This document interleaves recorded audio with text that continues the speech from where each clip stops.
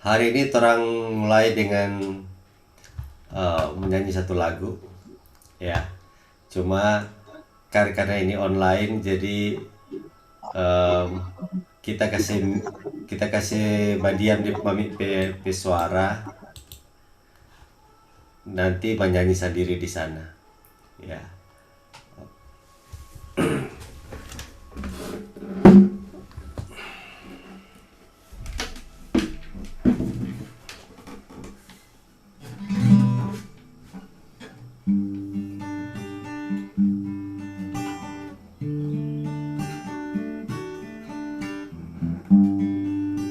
Kita nyanyi lagu Bapa Engkau Sungguh Baik.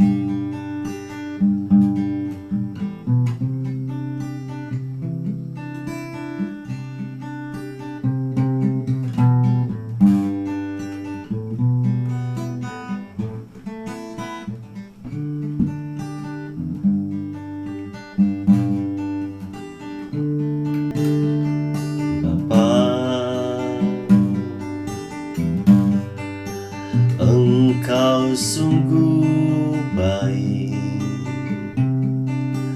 kasih-Mu melimpah di hidupku.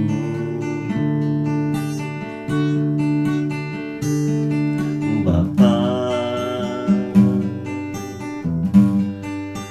ku berterima kasih berkat-Mu hari ini yang Kau sediakan bagiku. Ku naikkan syukurku buat hari yang Kau beri. Tak habis-habisnya kasih dan rahmat-Mu,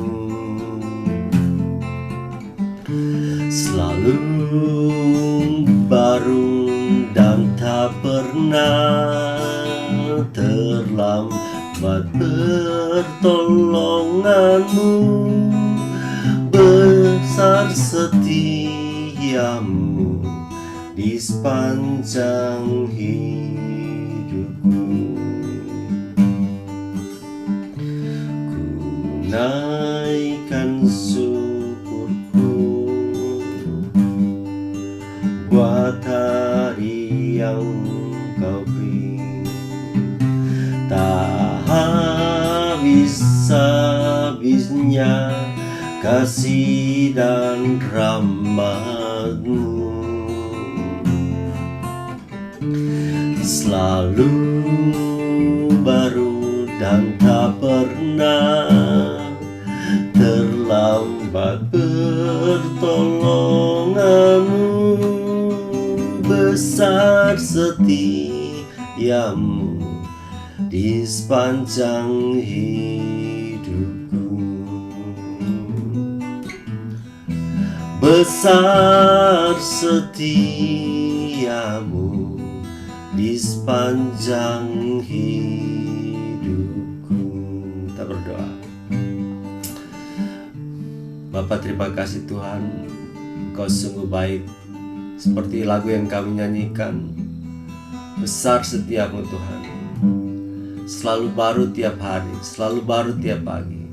Kau memberikan hidup, Kau berikan penyertaan, Kau memberikan anugerah Tuhan bagi kami semua. Dan firman-Mu Tuhan seperti makanan rohani yang luar biasa, selalu menerangi pikiran hati kami. Kami rindu dan haus Tuhan. Kami tidak membiarkan Tuhan firman-Mu ini berlalu begitu saja dalam kehidupan kami. Kami berdoa Tuhan, supaya kami dikenyangkan oleh firman-Mu pagi hari ini Bapa. Roh Kudus bekerja di dalam pikiran kami, dalam hati kami, sehingga kami mengerti lebih mendalam lagi, supaya kami menjadi serupa dan segambar dengan Engkau, dan kami hidup sesuai dengan rencana Engkau Bapa. Terima kasih Tuhan. Dalam nama Yesus kami berdoa dan mengucap syukur. Amin.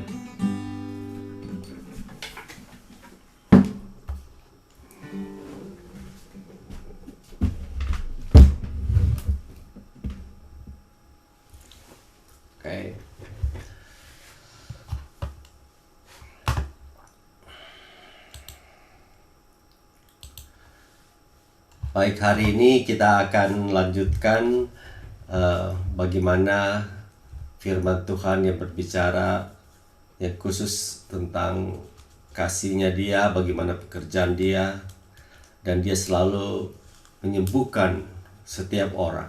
Makanya kita kasih nama tema daripada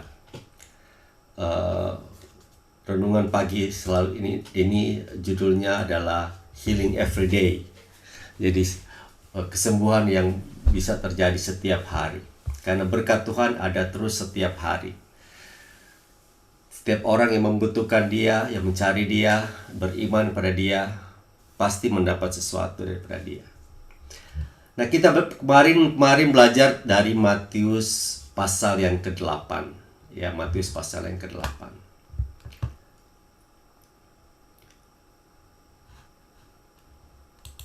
Kalau kita lihat di Matius pasal yang ke-8, ya, Matius itu sebenarnya dimulai dari cerita tentang Matius pasal 1 misalnya, cerita tentang, kalau di Alkitab tuh ditulis, kalau Alkitab bahasa Indonesia disebut silsilah Yesus Kristus, itu kan Matius pasal yang ke-1. Nah, ini bicara tentang bagaimana Yesus lahir dan sebagainya. Nah, ini kelahiran Yesus Kristus seperti apa. Jadi sebenarnya ada sambungan cerita daripada Matius. Matius pasal yang kedua bicara tentang orang-orang Majus dari timur. Kemudian Yesus penyingkirannya ke Mesir. Yesus pergi ke Mesir. Terus pembunuhan anak-anak di Bethlehem. Dan kemudian Yesus kembali ke Nazaret. Jadi Yesus itu sebenarnya orang Nazaret, ya, dia orang Nazaret karena orang tuanya tuh tinggal di Nazaret. Ini cerita tentang Yesus. Kemudian pasal yang ketiga, Matius pasal yang ketiga, itu cerita tentang Yohanes Pembaptis. Ya, Yohanes Pembaptis. Kemudian Yesus juga dibaptis oleh Yohanes Pembaptis. Nah, kemudian pasal yang keempat cerita tentang Yesus dicobai oleh iblis, ya, dibawa di padang gurun untuk dicobai oleh iblis. Roh Kudus yang memimpin dia di padang gurun untuk dicobai, dan Yesus akhirnya menang terhadap iblis. Yesus mengusir iblis. Nah, setelah itu Yesus mulai melayani. Jadi pelayanan Yesus mulai setelah dia dicobai di padang gurun, kemudian dia selesai, dia sudah siap untuk melayani. Jadi di Matius pasal yang keempat, Yesus mulai melayani, dan dia mulai di Galilea. Dia mulai di daerah di Danau Galilea.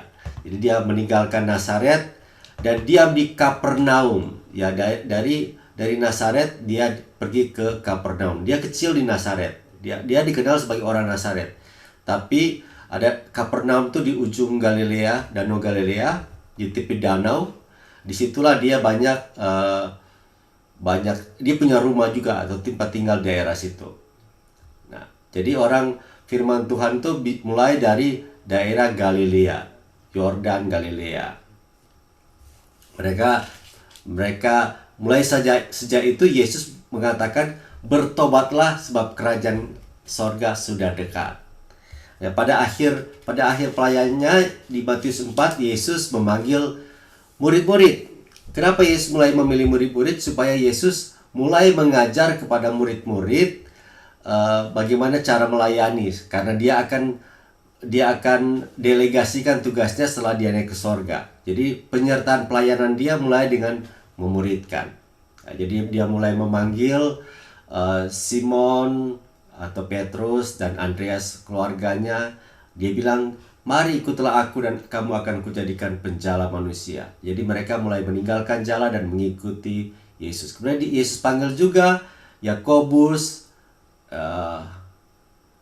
dan saudaranya Yohanes. Yohanes itu bersaudara dengan Yakobus. Mereka anak Zebedius. Mereka juga mengikuti Yesus. Nah, ini mereka meninggalkan perahu lalu mengikuti dia. Nah, di Matius 4 ayat 23, mulai menunjukkan yang kita udah baca beberapa hari yang lalu, menunjukkan kegiatan Yesus. Yesus mulai berkeliling di seluruh Galilea, ia mengajar di rumah-rumah ibadat, dan dia memberitakan Injil Kerajaan Allah serta melenyapkan segala penyakit dan kelemahan di antara bangsa itu. Jadi kalau kita lihat semua bagaimana Yesus memilih mengatur hari-harinya, dan Alkitab mengatakan di kitab Matius tujuan pelayanan Yesus hari-hari, kita bisa lihat di sini di Matius 4:23 bahwa kegiatan Yesus adalah berkeliling. Mulai dari Galilea, nanti dia akan teruskan ke berbagai tempat, ke kota-kota. Dia mengajar, memberitakan Injil, dan selalu melenyapkan segala penyakit dan kelemahan di antara bangsa itu. Jadi sekarang, kalau orang baca Alkitab benar-benar, mereka harusnya tahu prioritas Yesus. Kenapa kita tuh tidak memprioritaskan hal ini? Bukan cuma sekedar mengajar, bukan sekedar mengajar kebaikan, etika, dan sebagainya, tapi Yesus juga melakukan kegiatan penyembuhan. Nah, mulai tersebar berita tentang dia di seluruh Syria, dan mulai banyak orang yang buruk keadaannya, yang menderita berbagai penyakit dan sengsara, kerasukan, sakit ayan, dan yang lumpuh. Dan Yesus katakan menyembuhkan mereka. Jadi banyak orang mulai dari mana-mana, tadi kan dari Galilea, dari Dekapolis, dari Yerusalem, mulai datang kepada Yesus. Nah, kalau kita lihat di sini, ini adalah seperti pelayanan pertama Yesus di Galilea dan mulai menyebar kemana-mana. Nah, kalau kita lihat di Matius selanjutnya, Matius 5, kalau di Alkitab bahasa Indonesia ada judul di atas Alkitab, khotbah di bukit, pasal 5 sampai 7. Jadi pasal 5 sampai pasal 7 ini bicara Yesus berkhotbah di bukit. Jadi sekali lagi Yesus punya tugas, pekerjaan sehari-hari mengajar. Tapi satu waktu dia mengajar banyak. Di Alkitab di pasal 5 dan pasal 7, Yesus mengajar banyak sekali. Ya, dia mengajar tentang ucapan bahagia, berbahagialah orang yang miskin di hadapan Allah, berbahagialah orang yang lemah lembut karena mereka akan memiliki bumi. Dan ini ajaran-ajaran kebaikan daripada Yesus. Dan Yesus mengajar lagi di pasal yang ke-6, ya, pasal ke-6 kita lihat pasal ke-6, Yesus mulai mengajar tentang bagaimana memberi, Yesus mengajarkan bagaimana berdoa, Yesus mengajarkan bagaimana berpuasa, Yesus mengajarkan bagaimana mengumpulkan harta, Yesus mengajarkan supaya kita tidak khawatir, jangan khawatir dengan hidupmu, apa yang kamu makan dan minum. Dan pasal yang ke-7, Yesus masih mengajar tentang kita tidak boleh menghakimi orang, kita berdoa seperti apa, mintalah akan diberikan kepadamu. Kemudian Yesus mengajarkan jalan yang benar, segala sesuatu yang kamu kehendaki supaya orang perbuat kepadamu, perbuatlah demikian juga kepada mereka. Itulah seluruh hukum Taurat dan kitab para nabi. Yesus mengajar tentang kebaikan. Kemudian bagian terakhir dari pasal 7, Yesus mengajarkan tentang nabi-nabi palsu, bagaimana kita mengenal orang-orang yang benar yang tidak benar. Dari buahnya kamu akan kenal mereka. Yang menghasilkan buah yang tidak benar itu bukan nabi yang benar. Karena kalau kita melekat pada pohon yang baik, kita akan menghasilkan buah yang baik.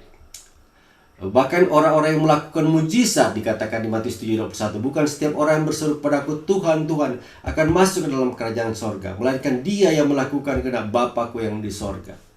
Pada hari terakhir banyak orang akan berseru kepadaku Tuhan, Tuhan, bukankah kami berbuat demi namamu dan mengusir setan demi namamu dan mengadakan banyak mujizat demi namamu juga. Waktu itulah aku akan berterus terang kepada mereka dan berkata, aku tidak pernah mengenal engkamu, enyalah daripada aku kamu sekalian perbuat kejahatan. Jadi tanda di luar orang yang menyembuhkan orang sakit, orang yang mengusir setan, bukan berarti mereka itu sudah dikenal Tuhan. Dikenal artinya sudah percaya, sudah selamat. Bisa saja mereka cuma ikut-ikutan. Mereka tuh orang-orang yang palsu. Mereka yang benar adalah mereka yang hidup percaya pada Tuhan dan menghasilkan buah dalam kehidupan yang baik. Ya, jadi ini Yesus tekankan, dan kemudian pada akhir daripada itu ada penekanan di pasal yang ke-7. Yesus mengakhiri perkataan, Takjublah orang banyak mendengar pengajarannya, sebab ia mengajar mereka sebagai orang yang berkuasa, tidak seperti ahli Taurat. Ahli-ahli Taurat itu orang-orang yang ngajar, ambil buku, baca begitu saja, tapi nggak ada kuasa, nggak ada dia melakukan mujizat kesembuhan. Dan kalau dia mengajar pun pengajarannya ya seperti baca buku biasa lah. Jadi tidak kelihatan ada otoritas, ada kuasa daripada firman Tuhan. Nah, ini kalau misalnya Alkitab, kalau misalnya Yesus cuma berhenti dalam kehidupan yang mengajarkan etika, mengajar berbuat baik, Alkitab cuma berhenti di sini. Cuma berhenti di pasal yang ke-7. Karena pasal 5 dan 7 bicara tentang Yesus yang mengajar. Nah, sekarang ini kita mencoba membetulkan pengajaran-pengajaran yang ada di kekristenan. Banyak sekali pengajaran-pengajaran cuma berhenti di mengajar etika, mengajar dengan menjadi orang baik, tapi tidak mempertunjukkan bahwa Yesus itu berkuasa. Mereka cuma berhenti di pasal yang ke-7. Tapi kan kita kemarin lihat. Nah, di pasal yang ke-8, yang kita lihat kemarin, setelah Yesus turun dari bukit, jadi setelah dia mulai mengajar di dalam bukit, mulai orang banyak berbondong-bondong mengikuti dia. Mengikuti dia bukan cuma mau mendengar apa yang diajar, mereka lihat dia berkuasa. Sehingga ada orang yang mulai datang dan mulai dijamah oleh Yesus. Dan kemudian Matius di sini penulis kitab Matius mulai menulis kisah-kisah yang penting, yang berbeda-beda, bagaimana Yesus bukan cuma sedang mengajar, tapi Yesus memperhatikan orang-orang yang sakit, ya, orang-orang yang butuh pelepasan kuasa kegelapan, dan Yesus mengasihi mereka, Yesus menjamah dia. Dan kalau itu, dan Alkitab itu menuliskan untuk kita setiap orang pada setiap generasi tahu bahwa Yesus bukan cuma sekedar mengajar. Pengajaran Alkitab itu bukan cuma berhenti di etika bagaimana berbuat baik, tapi ada juga untuk melepaskan kuasa kesembuhan, melepaskan kuasa atas orang-orang yang butuh pertolongan, yang terikat dari kuasa kegelapan, dan yang lumpuh, yang buta, yang tuli, yang demam. Semuanya orang-orang seperti itu yang sakit karena akibat dosa-dosa Adam dan Hawa, sehingga gampang sakit, rentan akan penyakit. Tuhan bisa sembuhkan. Ini yang disebut dengan penyembuhan ilahi. Ya, kita di dunia ini memang ada penyembuhan alami, ya. Bahkan di badan kita sendiri ada namanya self healing, bisa menyembuhkan sendiri. Kalau kita tidur saja, kalau kita misalnya pusing, kita terlalu banyak kerja, terlalu banyak pikiran, kurang tidur, kita tidur saja, itu sudah bisa menyembuhkan. Itu namanya health-seer. Kita menyembuhkan diri sendiri. Dari badan kita tuh ada yang bisa menyembuhkan. Kalau kita luka itu bisa menyembuhkan karena sel-sel yang muncul dan menyembuhkan. Di dalam badan kita sendiri saja sudah ada kesembuhan alami. Kemudian ada namanya kedokteran. Ada penyelidikan obat-obat di mana orang bisa menemukan misalnya dari tanaman sekian bisa menyembuhkan ini, dan kemudian tanaman itu dibuat tablet, kemudian dikasih pada orang sakit dan bisa menyembuhkan. Yaitu misalnya jambu, kita makan jambu dan jambu itu bisa bikin orang-orang yang sakit perut, ya mencret bisa lebih baik karena ada zatnya di sana. Kemudian itu dibuat tablet misalnya. Ya, ada bahan-bahan alami yang bisa taruh di luka itu bisa kering, tidak perlu pakai betadin, bahkan bisa kering seperti itu. Itu hal-hal yang alami yang ditemukan, diselidiki di Alkitab. Tapi bukan cuma sekedar itu kehidupan manusia untuk bisa sembuh, bisa lebih. Ada namanya kesembuhan ilahi yang kedokteran yang tidak bisa dilakukan, dan orang misalnya lumpuh tidak bisa lagi disembuhkan, orang buta tidak bisa melihat, dan dengan kuasa dari tempat yang maha tinggi orang itu bisa disembuhkan. Ini namanya kuasa kesembuhan ilahi. Nah, banyak orang mulai berpikir kesembuhan ilahi itu sudah tidak ada. Mereka baca Alkitab dan mengatakan sudah berhenti. Tidak, sampai hari ini Tuhan Yesus tetap sama dahulu sekarang dan sampai selama-lamanya Dia masih menyembuhkan. Nah, jadi di pasal yang ke-8 ini Kisah-kisah yang kita baca kemarin tentang Yesus menyembuhkan orang sakit kusta, Yesus menyembuhkan seorang perwira. Ya, ini berbeda ya. Kalau yang kusta itu kan orang yang ditolak tidak dijamah oleh orang, tapi Yesus mengasihi dia, Yesus menjamah dia, Yesus menyembuhkan dia, Yesus memulihkan dia. Ini orang penyakit kusta.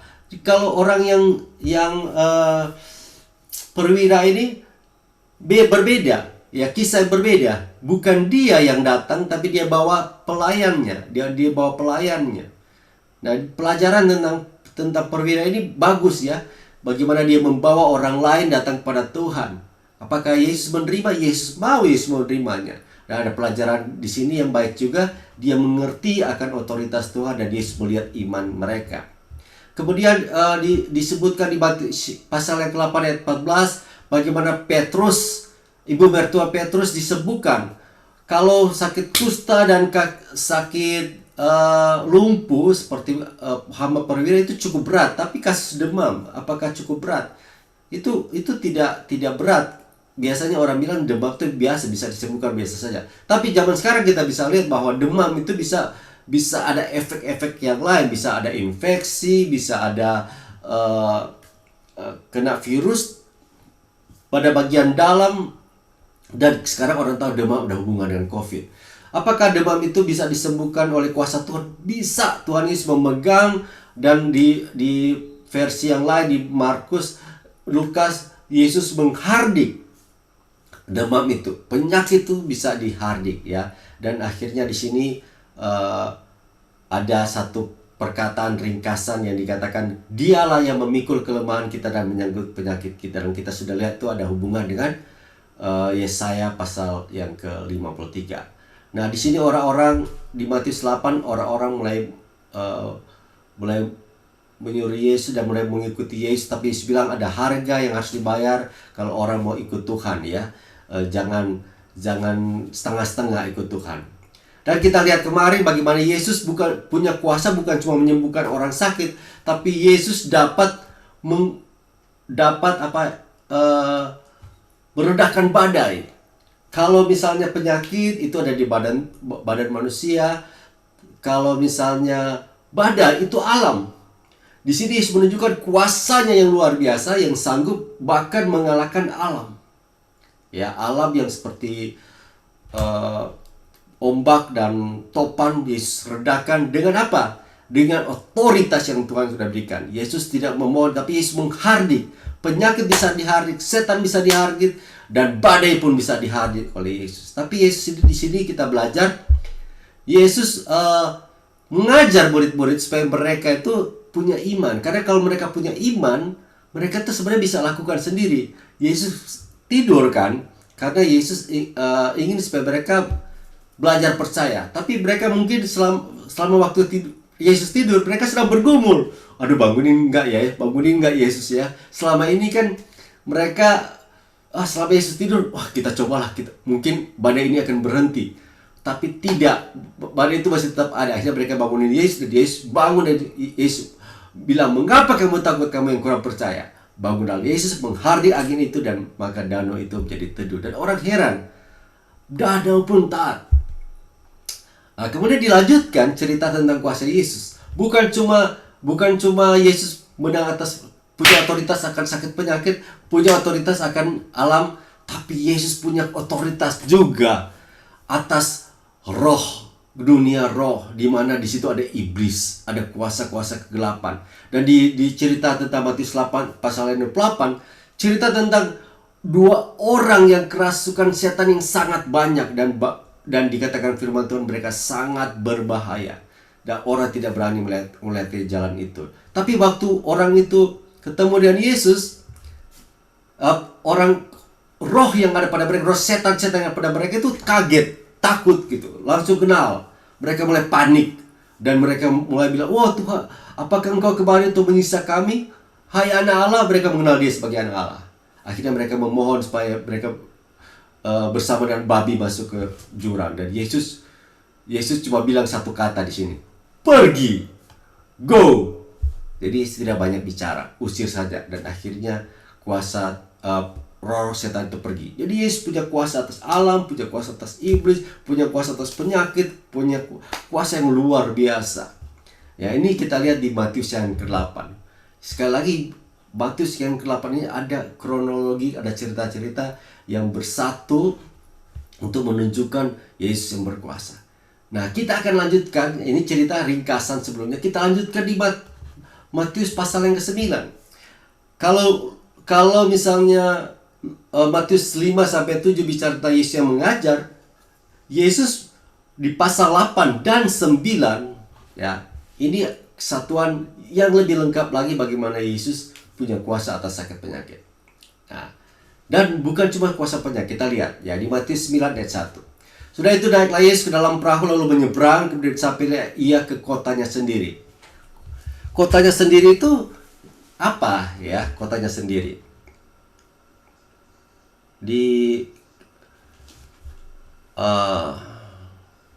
kita coba lihat sebentar sini.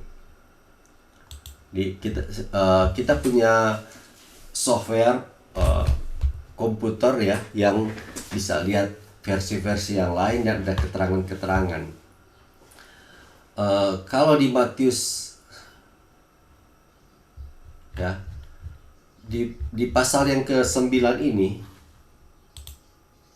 di Matius pasal yang ke-9 ini ada cerita paralelnya di Matius 9 ayat di Markus 2 ayat 1. Markus 2 ayat 1 itu sama ceritanya, Yesus pergi ke tempat di Matius tadi kan 9 ditulis dia kembali ke rumahnya, tapi sebenarnya itu di mana? Di Kapernaum. Ya, di Markus 2 dikatakan sudah lewat berapa hari waktu Yesus datang lagi ke Kapernaum. Tersiarlah bahwa ia ada di sebuah rumah, di satu rumah. Ya, itu di Lukas juga mengatakan, Lukas mengatakan di pasal Lukas 5 ayat 18, datanglah beberapa orang mengusung seorang lumpuh di tempat tidur. Mereka berusaha membawa dia masuk dan meletakkannya di hadapan Yesus. Jadi ceritanya apa ini? Ceritanya ini. Jadi jadi sebenarnya lebih tepat kita ambil di yang paralelnya di misalnya di Matius 2. Jadi ceritanya begini. Jadi waktu Yesus ada di Kapernaum, cerita lanjutan dari yang pasal yang ke-8, Yesus melayani di satu rumah.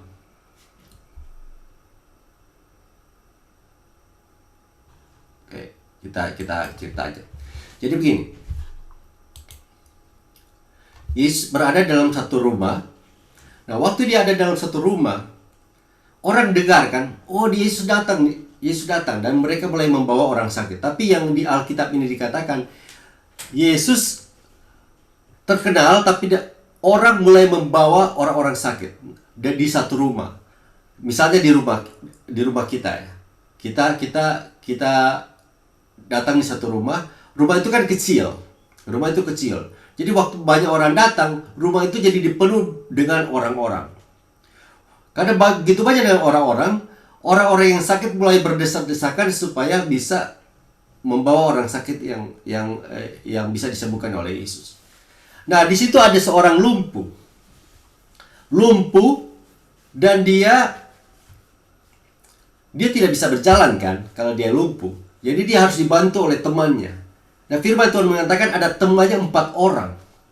Mereka menggotong dia. Jadi ya seperti menggotong orang yang sakit waktu di sepak bola, dia jatuh, ada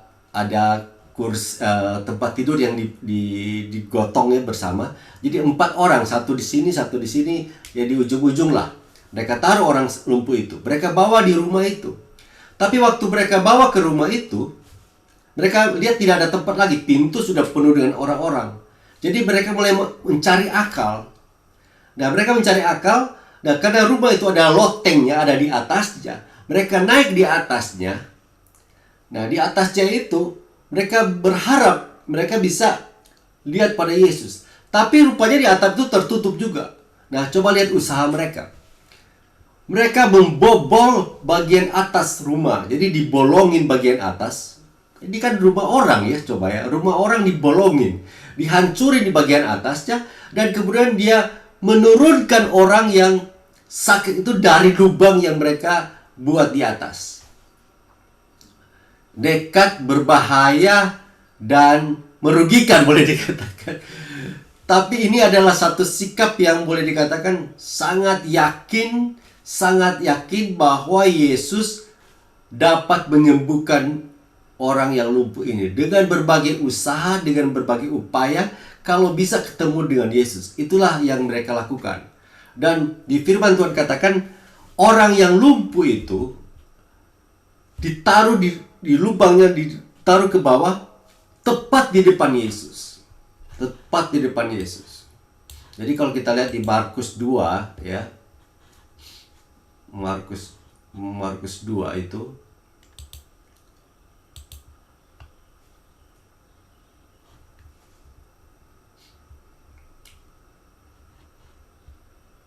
dia menurunkan tilam ya. Ketika Yesus melihat iman mereka, berkatalah ia kepada orang lumpuh itu, "Hai anakku, dosamu sudah diampuni." Nah, berbeda dengan respon Yesus terhadap orang-orang yang sakit di pasal yang ke-8 yang kemarin kita lihat.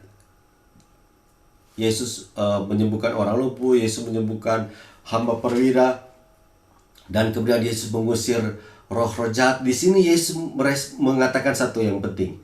"Hai anakku, dosamu sudah diampuni." Nah, ini mulai menjadi pertentangan dengan ahli Taurat pada masa itu. Beberapa ahli Taurat mulai protes. Mengapa orang ini berkata begitu? Ia menghujat Allah. Siapa yang dapat mengampuni dosa selain daripada Allah sendiri? Siapa yang bisa mengampuni dosa? Cuma Allah sendiri. Jadi kalau misalnya Yesus mengatakan, "Hai anakku, dosamu sudah diampuni," Yesus menyamakan dirinya dengan Allah. Nah, itu ada dalam pemikiran mereka. Ini sudah keterlaluan. Yesus menyamakan diri dengan Allah. Tapi firman Tuhan katakan, tapi Yesus segera mengetahui dalam hatinya bahwa mereka berpikir demikian. Lalu ia berkata kepada mereka, "Mengapa kamu berpikir begitu dalam hatimu? Manakah lebih mudah mengatakan kepada orang lumpuh ini, 'Dosamu sudah diampuni,' atau mengatakan, 'Bangunlah, angkatlah tilammu dan berjalan'? Tapi supaya kamu tahu bahwa di dunia ini Anak Manusia berkuasa mengampuni dosa, berkatalah ia kepada orang lumpuh, 'Kepadamu kukatakan, bangunlah, angkatlah tempat tidurmu dan pulanglah ke rumahmu.' Dan orang itu pun bangun, segera mengangkat tempat tidurnya dan pergi keluar di hadapan orang-orang itu, sehingga mereka semua takjub lalu memuliakan Allah, katanya, 'Yang begini belum pernah kami lihat.'" Ya.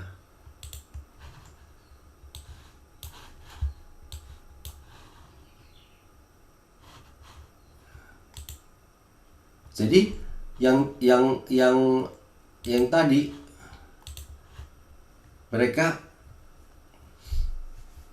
mereka kaget ya.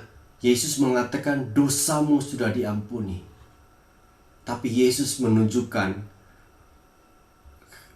Yesus mempertanyakan pada mereka, mana lebih mudah? Mengatakan dosamu diampuni atau mengatakan bangunlah, angkatlah tempat tidurmu? Sebenarnya lebih mudah untuk manusia berkata dosamu sudah diampuni. Ya, kita tidak tahu kan kalau Tuhan saat ini mengampuni itu tidak. Ya, bisa saja mengatakan dosamu sudah diampuni, itu satu hal yang mudah bagi orang.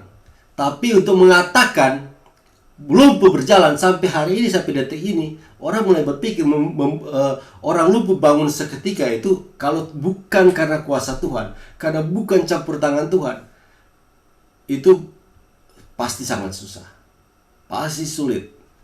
Ya, mungkin ada orang yang sudah operasi, ada orang yang sudah dilayani kedokteran, tapi bertahun-tahun tidak bisa sembuh dari sakit penyakit. Tapi oleh kuasa Tuhan seketika dia bisa sembuh. Nah, di sini mereka bisa melihat Ini kuasa yang bisa menyembuhkan macam seperti ini hanya Allah sendiri. Hanya Tuhan sendiri. Dan kalau dia bisa melakukan ini, berarti dia adalah Tuhan sendiri.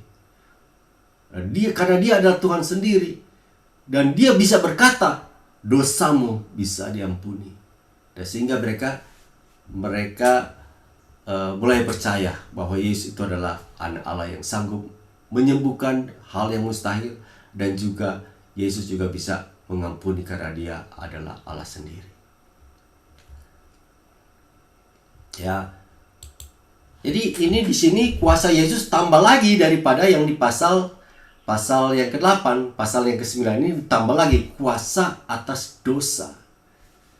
Jadi ini sebenarnya yang Yesus inginkan di dalam kehidupan setiap orang. Siapapun dia yang mencari kesembuhan, siapapun dia yang ingin menemukan Yesus, yang paling utama yang Yesus inginkan adalah dosanya dia diampuni. Ini yang pertama. Makanya Yesus katakan pertama kali pada orang yang lumpuh ini, dosamu sudah diampuni. Yang paling penting itu dosamu sudah diampuni. Ya, kalau misalnya orang datang ke dokter, dia disembuhkan, dia dilayani, dokter kan tidak bicara tentang dosa. Dokter semua bicara tentang kesembuhan badan. Tapi di dalam pelayanan kesembuhan ilahi selalu ada hubungan dengan Tuhan ingin setiap orang yang disembuhkan, setiap orang yang dilayani bisa bertobat dan percaya pada Yesus. Supaya mereka bisa yakin dan percaya bahwa Yesus adalah Tuhan, Yesus adalah anak Allah, dan di dalam dia ada pengampunan dosa. Makanya di Yohanes 20 ayat 30 sampai 31, Yohanes mengatakan kalau misalnya banyak yang Yesus lakukan di muka bumi ini, kalau semua itu dicatat, tidak cukup buku ini dicatat dengan mujizat-mujizat dan kesembuhan. Tapi semuanya punya satu tujuan, supaya orang bisa percaya bahwa Yesus adalah Tuhan, bahwa Yesus adalah Mesias. Dia yang menebus dosa, dia yang mengampuni semua dosa. Ya, kita berhenti dulu sampai sini. Nanti kita akan sambung di besoknya tentang bagaimana Yesus menyembuhkan orang di pasal yang ke-9 selanjutnya. Pasal yang pertama, Yesus bisa menyembuhkan orang yang lumpuh. Ya, jadi yang kita belajar ini sangat-sangat alkitabiah, sangat-sangat berdasar pada Alkitab. Jadi bukan berdasarkan filosofi pikiran-pikiran manusia tentang Yesus yang sangat memperhatikan orang-orang yang sakit, yang perlu dilayani. Dari berbagai orang lumpuh, orang bisu. Nanti kita lihat besoknya ada orang buta, orang tuli. Tapi di pasal yang ke-8 sampai pasal 9 ini ada banyak cerita tentang Yesus yang punya hati lah untuk menyembuhkan orang. Jadi kalau coba berhenti sampai pengajaran di bukit, pengajaran di pasal 5 sampai pasal yang ke-7, ya itu kan cuma Yesus mengajar tentang hal-hal yang baik. Semuanya baik, ya. Kita juga perlu diajar tuh hal-hal yang baik, ya. Kita perlu diajar hal-hal yang mulia. Tapi kalau ada orang yang sakit, dia perlu dijamah oleh kuasa Tuhan. Ya. Yesus tetap sama dahulu, sekarang, dan sampai selama-lamanya. Kalau dia pernah melakukan seperti di pasal yang ke-8 dan di pasal yang ke-9, hari ini juga Tuhan Yesus bisa menyembuhkan setiap orang yang sakit. Nah, oke. Sampai ada pertanyaan? Mami ada pertanyaan? Kemarin kan Mami ada bertanya. Nggak? Kalenda kasih DP apa di unmute?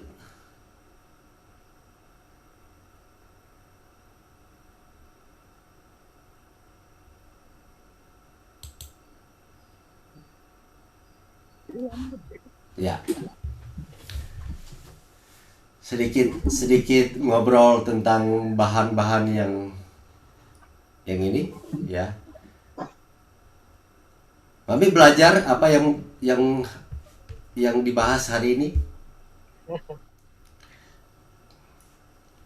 Ya, orang Tuhan itu maha kuasa. Iya. Luar biasa.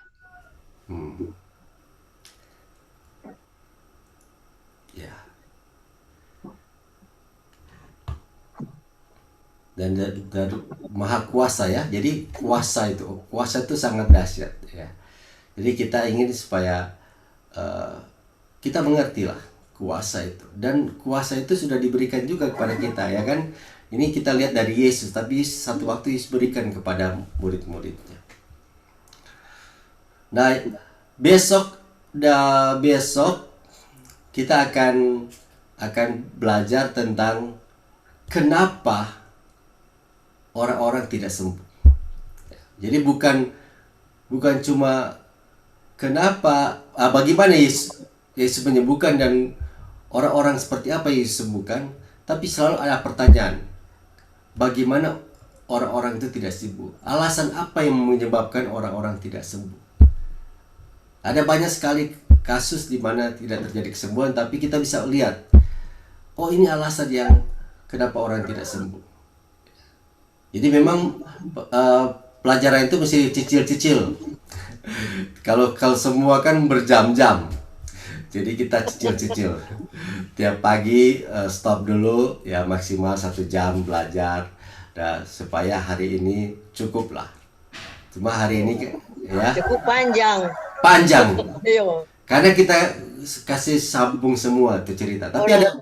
itu ulang-ulang kan? Ulang-ulang ya. Supaya kalau ulang-ulang semakin ingat lah. Ya, semakin ingat. Tapi suka ya seperti di pagi-pagi kan? Tapi boleh. So boleh dari dia so sehat toh. Nah, Iya. ya, tapi maksudnya suka dong tiap pagi Suka, belajar. Iya. Banyak kok.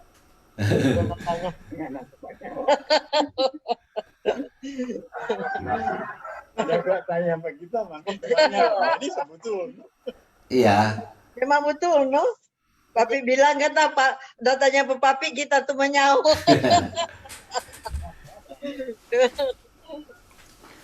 Menyembuhkan diri sendiri deh. iya, bukan di sini. Ini alerginya ndak hilang-hilang gitu kan. Iya, Orang mesti boleh perintahkan. kan. iya, bukan diri sendiri. Iya.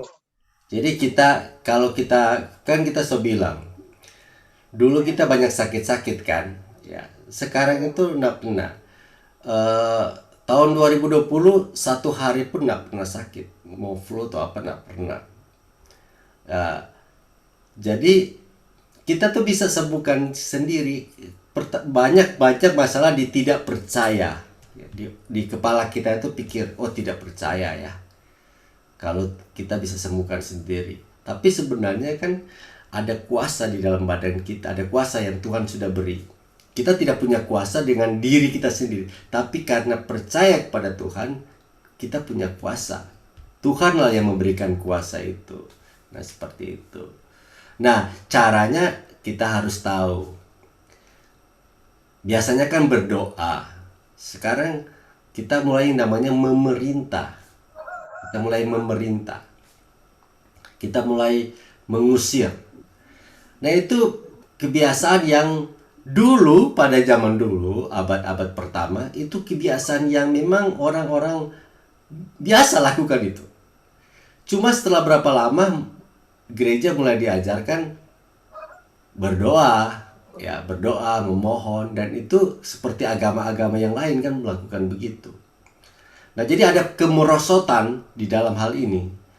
Ya, makanya kita mau ajarkan, dan kita bukan cuma sendiri-sendiri kan, di dalam tim semua pelayanan Tata Ngelia tuh di berbagai negara mengajarkan kepada orang-orang di berbagai gereja supaya kembali ke pengajaran dasarnya. Ini untuk kebaikan kita semua, untuk diri kita sendiri kita bisa terapkan, dan kita bisa melayani orang. Nah, ini kita akan bahas besok. Kenapa orang tidak sembuh? Karena salah persepsi, salah berpikir, cara menerapkannya. Ya, jadi mereka tidak mendapatkan itu, dan ada juga yang tidak mengerti karena tidak punya iman.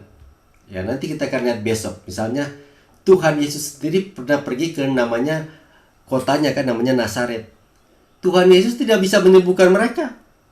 Tuhan Yesus sendiri aja tidak bisa menyembuhkan mereka, bagaimana dengan kita? Tapi kenapa? Dikatakan karena mereka tidak percaya. Mereka bilang, oh Yesus siapa sih? Yesus tuh orang anak daripada Yusuf, ya, dan Maria ya. Dia kan orang-orang biasa.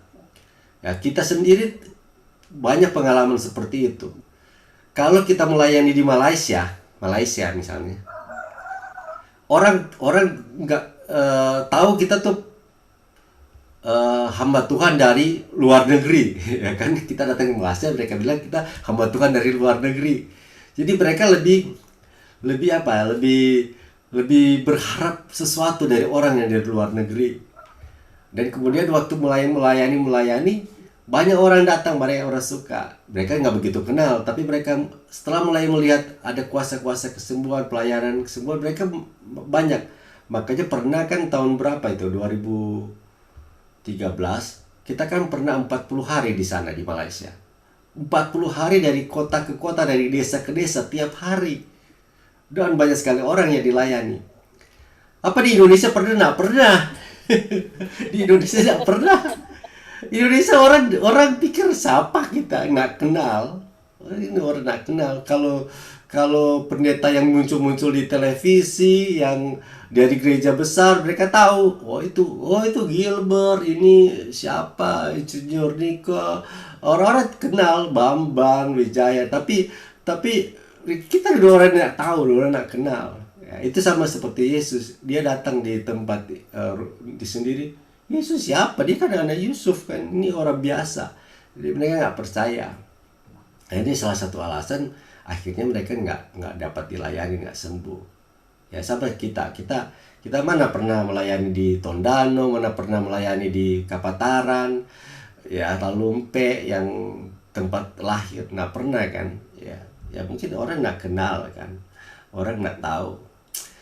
Tapi kita kan bukan mencari terkenal, tapi kita mau mengajar supaya orang-orang bisa tahu, terutama kita sendiri, kita di lingkungan kita sendiri, kita bisa praktekkan ini. Nah, kita rasa ini bagus ya, Mami Papi kan bisa dengar, masih bisa percaya, masih bisa dapat kekuatan.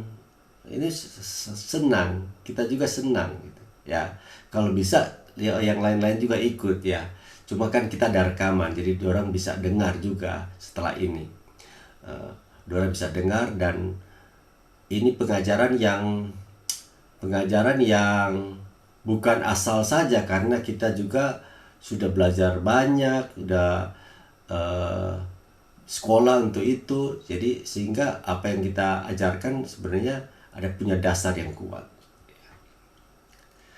Oke lah, hari ini cukup.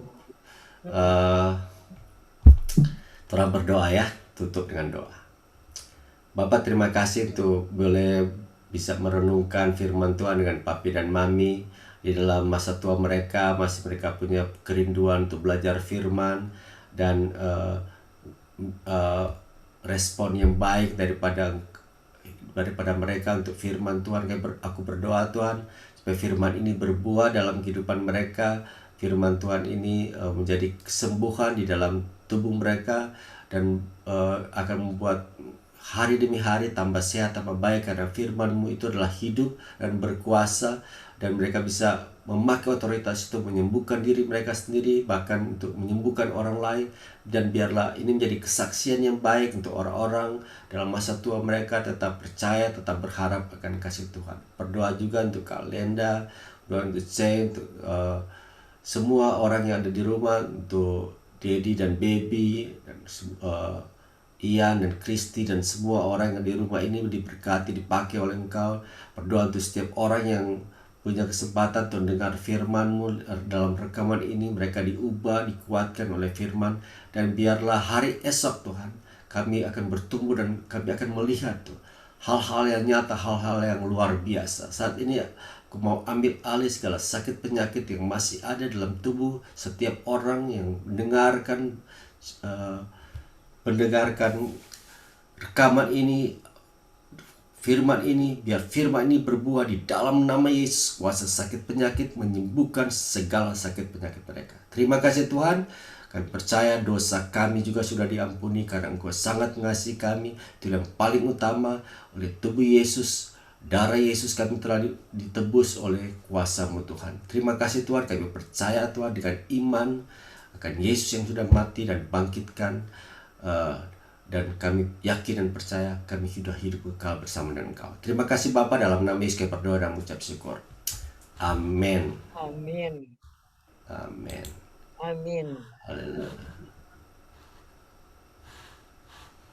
Ya, sampai besok.